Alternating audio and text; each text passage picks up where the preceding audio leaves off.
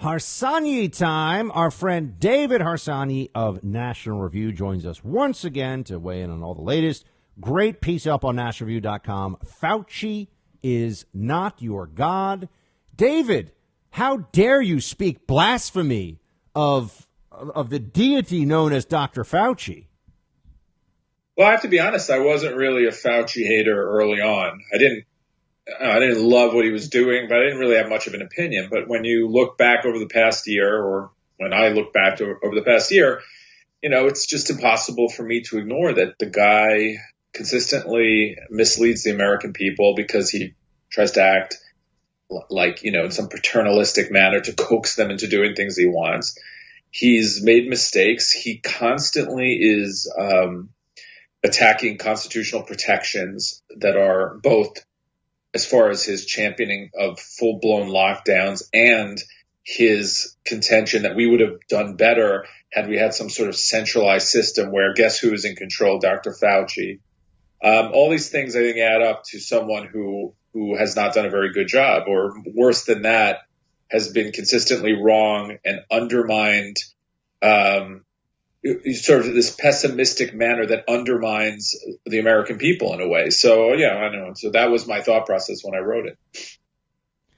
Well, I see this and I always wonder who is actually responsible for what we've seen now, for this COVID response, because they're talking about 500,000 dead. And there is this impulse in the media to always make it seem like it's Trump's fault. It's all Trump's fault somehow. I'm never going to tire of pointing out to people that Fauci's initial recommendation about masks on March 8th of 2020 was not about whether or not there's asymptomatic spread going on. It was masks. Fauci said masks just don't work very well. And now if you say this, I mean, if you actually write anywhere, David, on social media that you even say masks are not highly effective or are ineffective, you are subject to getting banned for that. I mean, this is really where this is the level of totalitarian groupthink that's being inflicted upon all of us. And I sit around and I ask, we did things the Fauci way. We had unprecedented lockdowns. We have mask mandates in, over 30 U.S. states. We have propaganda literally telling me where I can put my feet in my elevator in my own home. We did all this stuff. Months and months and months of it. So did other countries, by the way. The UK, Italy, both of which have had. The UK is worse than us. Italy is pretty much level with us per 100,000 people in terms of deaths. But other countries did this stuff too. It didn't work. I mean, what's it going to take? I don't know why some countries. I don't know why, Japan, although it's an island, a little easier to prevent people from coming and going. Australia, a very sparse population and an island and extreme lockdowns. I don't know why some countries seem to have substantially better outcomes than others, but I do know that there are plenty of extreme lockdown countries where it did not work. And Fauci turns around and basically says, we didn't do enough. Yeah, and you're right about the masks. It's revisionist history to say that he was trying to, stop there from being a run on masks because professionals needed it, etc. When you listen to him, he goes through the reasons why masks don't work very specifically, or why they wouldn't work. And maybe he was right, initially. But anyway, you're also right that these kind of his attacks on, I forgot the wording he used, but, he said that the system in the United States undermined our response to COVID. But so where is it better? In the UK, they have a centralized system. They have full-blown socialist medicine where the government owns the hospitals, pays the doctors, decides policy, and they have a worse response than us on fatalities. And other nations like Sweden, which I assume that I'm right to say they didn't have full-blown lockdowns or maybe any real lockdowns, has basically very similar numbers to a place like Italy or Spain or Portugal or whatever. Certain countries have done better. We don't really know why. That's the truth. But then let's come here. He went and said that New York was that Andrew Cuomo has responded to this better than anyone else. If you just take New York, they have a higher fatality rate than any country in the world, other than the state of New Jersey. And states like Hawaii, for obvious reasons, or Alaska, for obvious reasons, have done better. So it's clearly beyond the control of whatever system it is. But in the meantime, just like you mentioned, we destroyed economic growth. We destroyed a year of our kids' schooling. We destroyed a lot of things, I think, in society that have been corroded that we'll pay for later on. And these were because we did listen to him. And, he takes no responsibility for that. So he's looking for a scapegoat. As I've been saying to everybody, if this was a war and we were talking about how we had just suffered the most casualties in 1 year, let's say, of an ongoing war in the history of this country, the general would resign or be fired. But Fauci really has gotten promoted by the Biden administration. I mean, he's held up as some kind of, I mean, for me, it's exactly what we dealt with Cuomo. It's all flash. It's all media spin and PR. There is not a single thing that Fauci has said at any step of this pandemic where you go back and you look at the timing of it in retrospect and say, wow, that was really prescient. And that really got us in a good place. I mean, David, I could sit here. Remember how we used to get lectured about the big problem was a lack of testing all the time?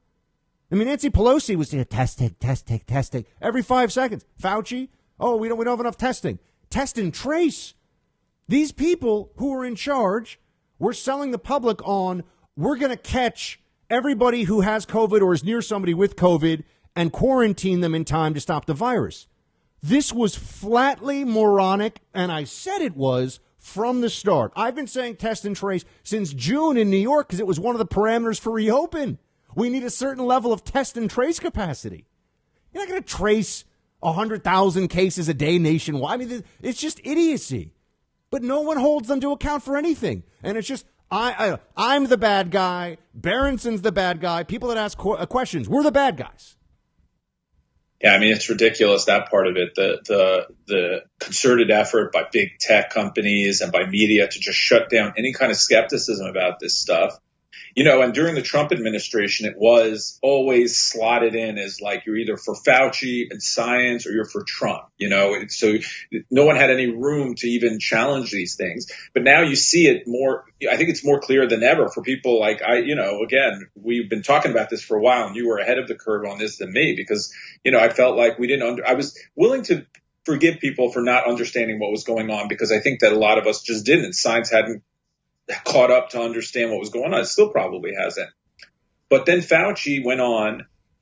So it's one thing to make a mistake. It's another thing to then move on and lie. And that's what he does. He lied about herd immunity. And now later he told us it was because he wanted us, whatever. He's treating us like kids. Now he's doing the same thing with vaccine. And with vaccines, and for me, that's the last straw. I mean, you cannot. David, for everyone listening, expand when you say, tell everybody when you're talking about how he's lying. I mean, I do this all the time. How has he lied on this one?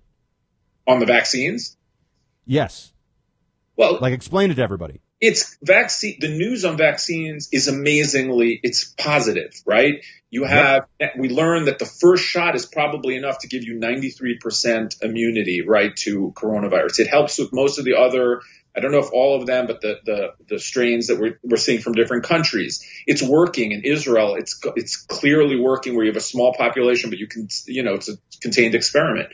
And yet he is constantly downplaying our return to normalcy. That is not his concern, really. His concern, he's a public health official who's supposed to relay information to us and let us know how to deal so that public policy people can deal with the pandemic. He is not the person who is making policy. He's a bureaucrat. And but he acts like, he's constantly trying. Like he said, we're not going to be back till normal till 2022. There's no evidence of that. If the vaccines, we've had a huge decline now, and if the vaccine's working and we move forward at the right pace, we should be back to normal. But I don't even understand why he's asked questions like that because it's not his bailiwick. He is a public health official who should be relaying information, and yet he's lied. Now, I forget what else. There was another major thing that he misled us on, other than masks and herd immunity, and now vaccines. I can't remember it right now, but he's been doing this constantly, coaxing us to on schools. On schools, he's just a slimy, slippery fraud. And, I've had the fact checker mafia coming after me because I say schools should be open now, period. Full stop. Schools should be open. We all know it. The schools should be open. This is crazy. And they go, well, they should be open with all these conditions. No. No, there are schools that aren't open with 15 different conditions and, extra money for the unions for more teachers and all that. No, they're just open and it's fine. Fauci's a coward. He's a little bureaucrat coward. He's been the same. This is how this guy has existed in public health for 40 years. He's not practicing medicine. He's going to meetings. I was about to say that. You don't survive in D.C. for that long without knowing how to play politics. And now that I don't even understand why he's constantly having press conferences. I just don't even understand why he needs to be out there speaking. It's not his concern. Public policy is not, yes, the scientific some scientific aspects of public policy are for him to advise on, but he speaks like he is the king of the world, is going to tell us what to do and how to act. He's the decider. He is. He's the decider. And this is the huge misstep in our society in our country for the last year, is that we've allowed this little lab coat authoritarian to have it both ways. He gets to make these decisions, but then pretend he's just advising, but whatever his advice is becomes the policy. This is crazy. Yeah, there's no way that Joe Biden doesn't do what Fauci says. He's not going to, Fauci's not that. Listen, I think Fauci is a coward when it comes to this sort of thing. So I doubt he's going to sit up there and not do what Biden wants. But if he did, Biden would just follow him. There's no way that any president, well, Trump would have done whatever he wanted usually. But even he sort of followed Fauci. I don't know. It was a huge mistake. And I think more and more people will think about it. And when Trump's gone, and think about what Fauci was doing and saying and how wrong he was this is very bad for America, because you have experts constantly being wrong, constantly acting like authoritarians, and they're undermining the belief of the populace in science itself and in expertise. And that's a dangerous thing, because we do need people to tell us what's going on quite often. We don't need them acting like you said, lab coat authoritarians. Fauci is not your God. Truer words have not been written or spoken in a long time. By David Harsanyi, NashReview.com. David, thanks so much, man. Thank you. Hey, Team Buck, thank you so much for watching The First on YouTube. If you like this video, please click that little thumbs up button so then it will log as liked. And also, if you want to see more great content from The First, please click subscribe.